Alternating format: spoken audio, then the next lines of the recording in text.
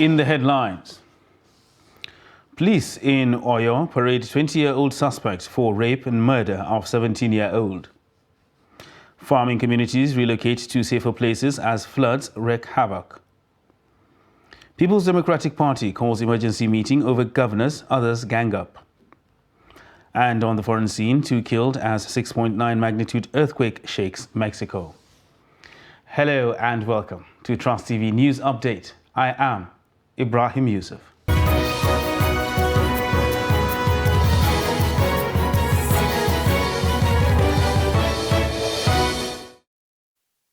Hello and welcome once again.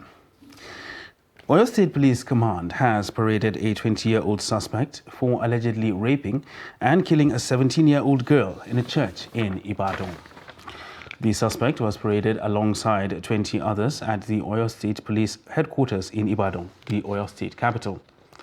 Police revealed that the violated lifeless body of the victim was found beside a Bible school in Olodo area of Ibadan.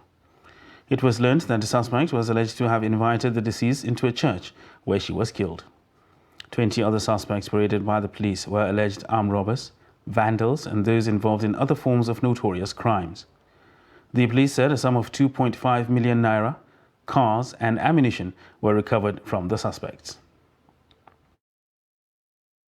On Friday, 17th September 2022, at about 20:30 hours, which is about 8:30 p.m. local time, the command was intimated about the sudden disappearance of a 17-year-old female named Ifeoluwa. In addition to the above, the command, through painstaking and diligent investigations, were able to apprehend one Kolade Tosin Mill, a 20-year-old that has voluntarily confessed to the crime. Investigations are still on to ascertain the motive behind the sinister action.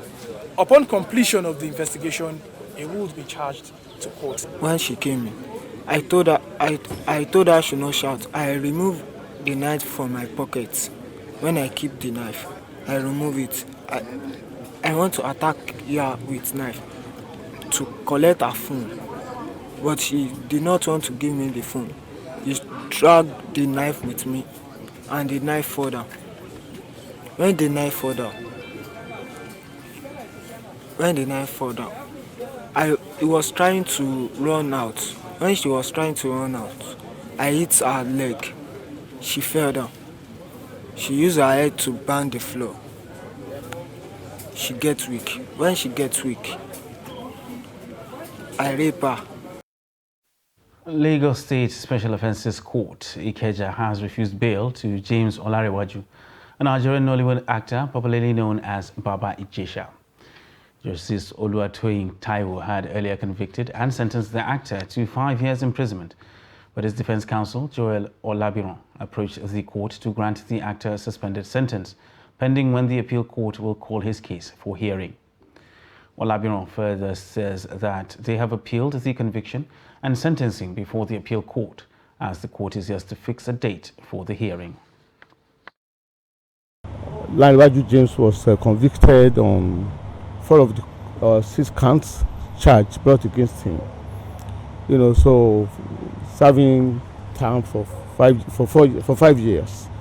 But one of the remedies applicable to a convict is to seek or plead the court for bail pending his appeal. Whilst bail before trial, is as a matter of right, because it's constitutionally provided for. But bail after conviction is usually at the discretion of the court. So it's like praying the court to have mercy on the convict, to allow him, to be coming for his appeal from home. But now the court, did not see reason for our application. So the court did not consider it meritorious. But since the matter is on appeal, we are hopeful and very confident And a security guard, Suleiman Wizi, who worked at the New Market in Jos North local government area of Plateau State, has been murdered by suspected armed robbers in the market on Tuesday. The suspected robbers who killed Suleiman at his workplace also broke into 3 shops in the market to steal a huge amount of money. Trust TV had on Monday reported how market security guard Muhammad Kabiru, attached to Kasuwar Dare, was killed. Ado Musa completes the report. This is the second time in 3 days that market security guard will be murdered in 2 different markets in the state capital.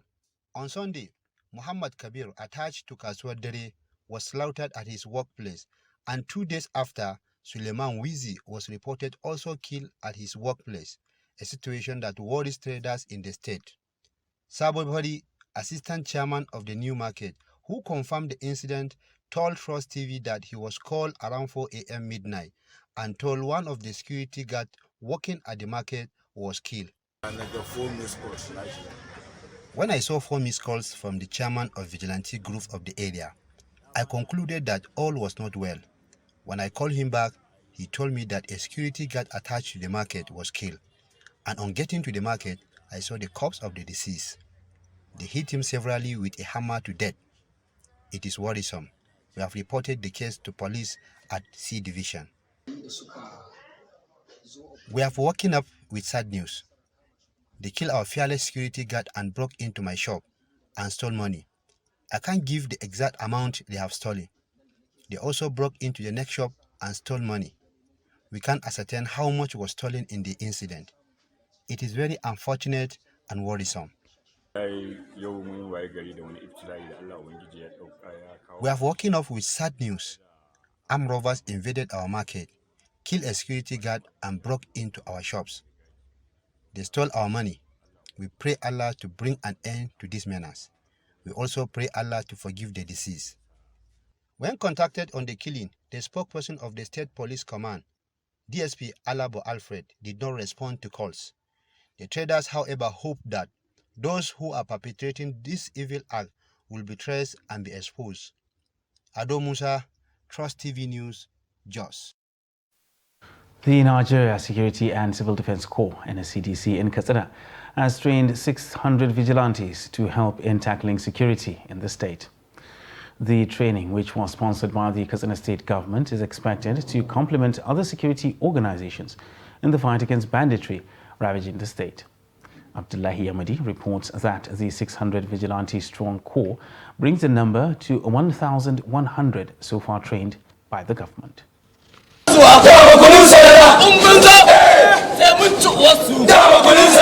With these vigilantes trained, the government believes that the menace of terrorists will soon come to an end. Katsina government is pained by the terrorists' failure to embrace peace, despite all offers and efforts presented to that effect by the state actors. Just last week, I signed a request to the State House of Assembly asking about 1.5 billion naira for security purposes. Just last week, the Assembly was gracious enough to approve, and inshallah by this week we are going to start implementation. Out of the 600 battle-ready vigilante personnel, about 250 are women. But the question on lips of many is what the vigilante corps will do differently to bring about the much-needed peace to the people of Katsina State. We will no longer sit down and be docile to allow people to be killed like animals. Even animals cannot be killed the way bandits are killing our people. The state government has done everything possible by offering dialogue, giving amnesty, a lot of incentives that people should come and embrace peace. But it has shown that the only language these people understood is that of confrontation. Many stakeholders boasted that the commissioned vigilante corps are ready to confront the bandits to their enclaves and defeat them. Let me quickly say we are ready to die for our dear state to enjoy peace. As such, I'm asking all the perpetrators of insecurity to come back to their senses and embrace peace. In the next couple of days, all things being equal, insecurity will be history. Give us weapons, at least, for protection, and leave us with the rest. The government is also promising to train about 2,000 vigilante corps put together before the expiration of its tenure in 2023. The objective is to complement the effort of other security operatives in combating the escalating insecurity bedevil in Katsina State.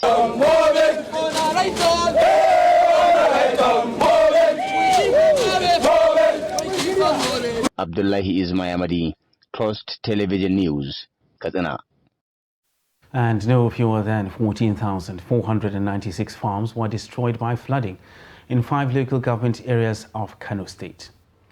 The Director General, National Emergency Management Agency, Mustafa Habib, made the disclosure during an on-the-spot assessment tour of communities ravaged by flood in Warawa and Wudil local government areas of the state on Wednesday. Habib said the assessment report will be compiled and submitted to the Ministry of Humanitarian Affairs, Disaster Management and Social Development for onward submission to the President. He pointed out that the federal government will intervene in the matter as soon as possible, as it is an emergency that requires immediate intervention. The Executive Secretary of Kano State Emergency Management Agency, Dr. Saleh Jilli, said the increase in floods was as a result of the spillway of Tiga Dam.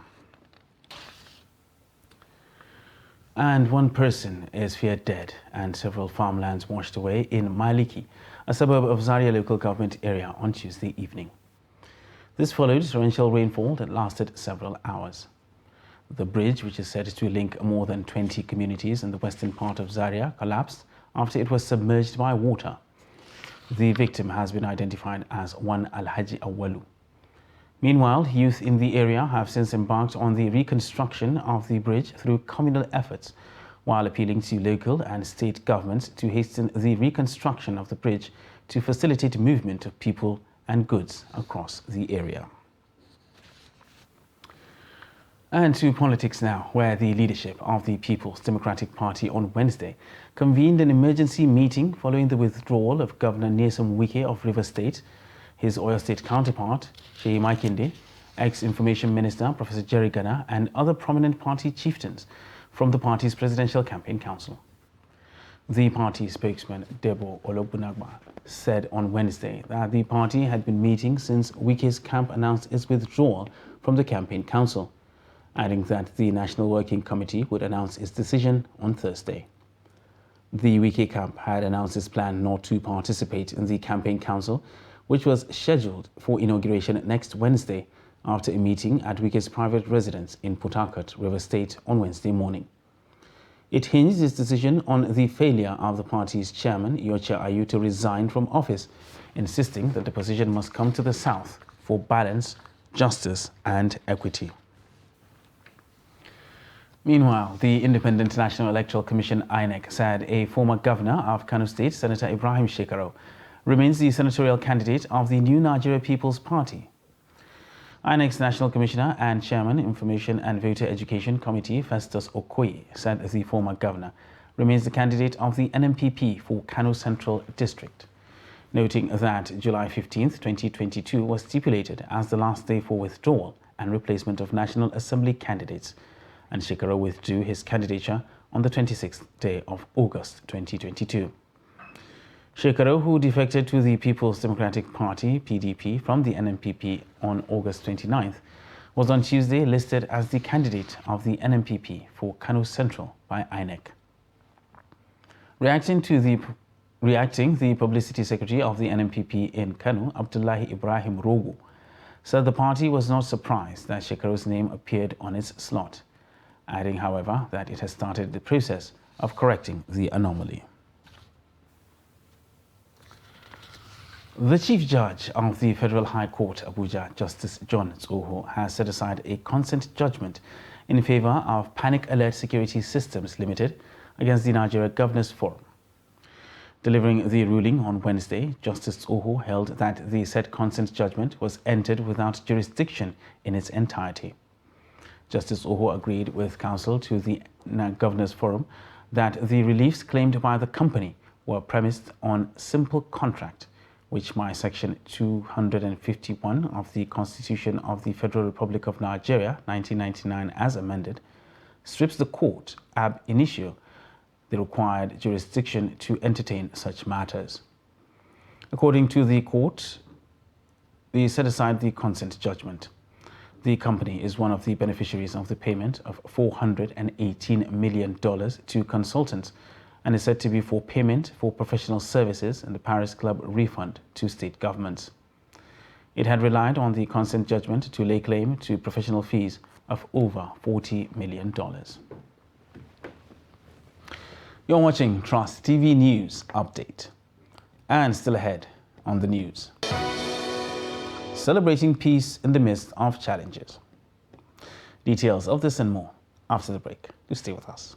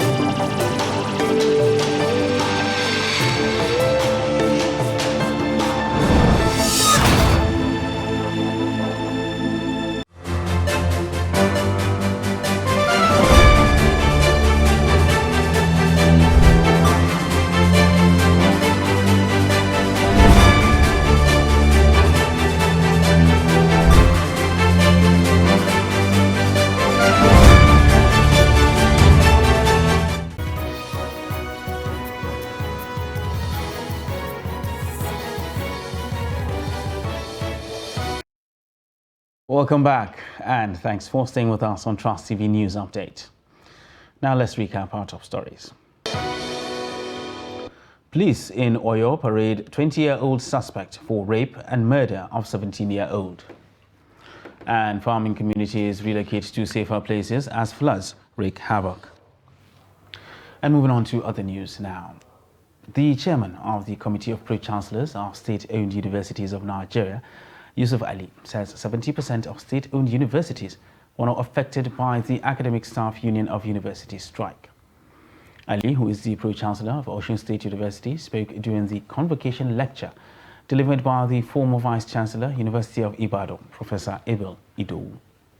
He said the no work, no pay policy helps in preventing staff of universities from embarking on strike. The guest speaker in his lecture lamented that the number of Nigerians pursuing education outside the country is very high due to recurrent strikes in public universities in Nigeria. Chancellors of all the 57 state universities in Nigeria. I said it is the little work we were able to do here with your support that made them to recommend and recognize our little effort.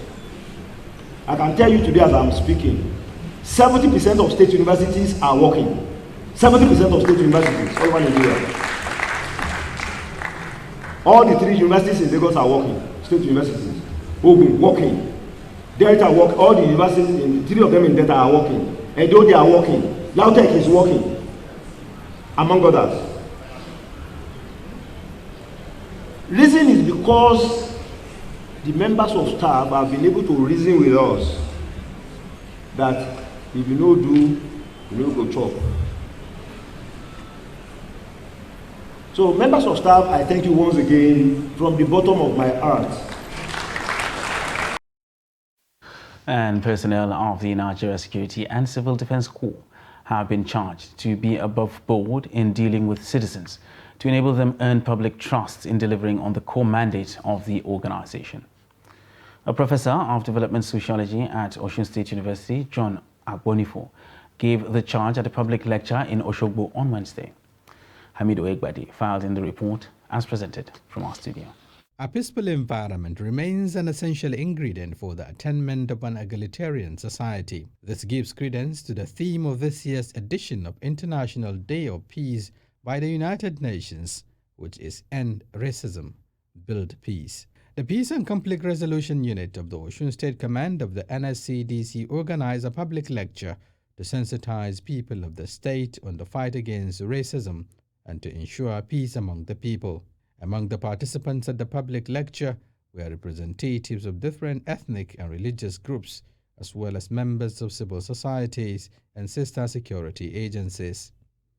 Speaking on the role of the NSCDC in achieving peace in the country, Professor John Agbonipo of the Osun State University urged NSCDC personnel to build integrity as individuals so that Nigerians will trust them and cooperate with them to deliver the core mandate of the organization.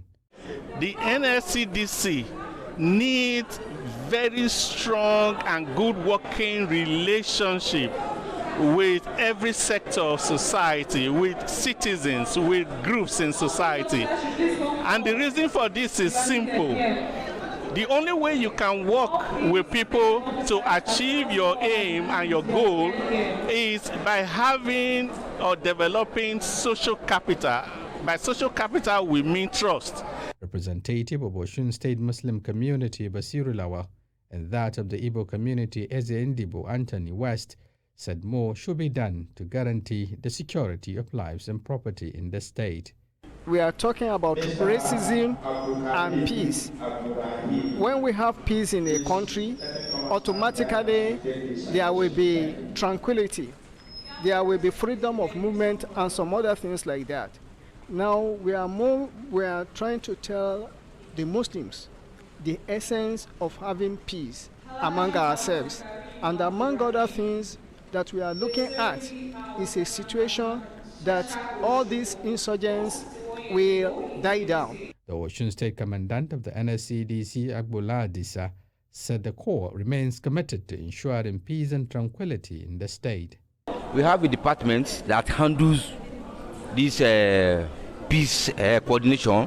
We call it Peace and Conflict Resolution.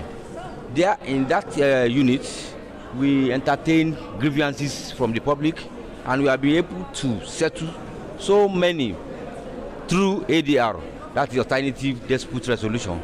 Stakeholders say events like this are key to enthroning peace and sustaining the unity of communities in the country. And in commemoration of this year's World International Peace Day, stakeholders have called for more synergy, tolerance, equality and harmony among Nigerians, irrespective of religious differences, in order to maintain peaceful coexistence among humanity. The media appeal during an interactive session organized by Oyo State Government in Ibadan tagged peace building against terrorism, banditry and electoral violence with religion mask in Nigeria. Speakers at the event urged people to appreciate and respect each other's beliefs.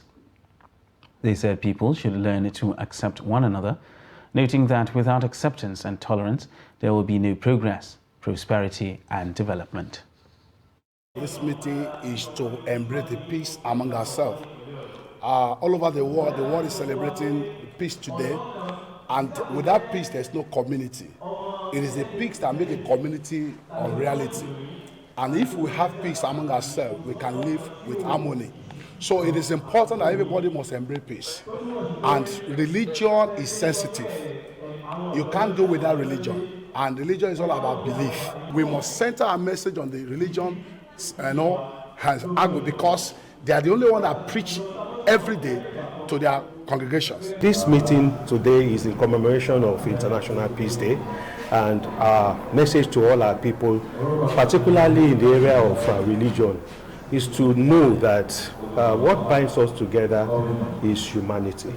God created us in His image and after His likeness. We all have the same blood flowing in us. Regardless of our beliefs, we are all offsprings of God.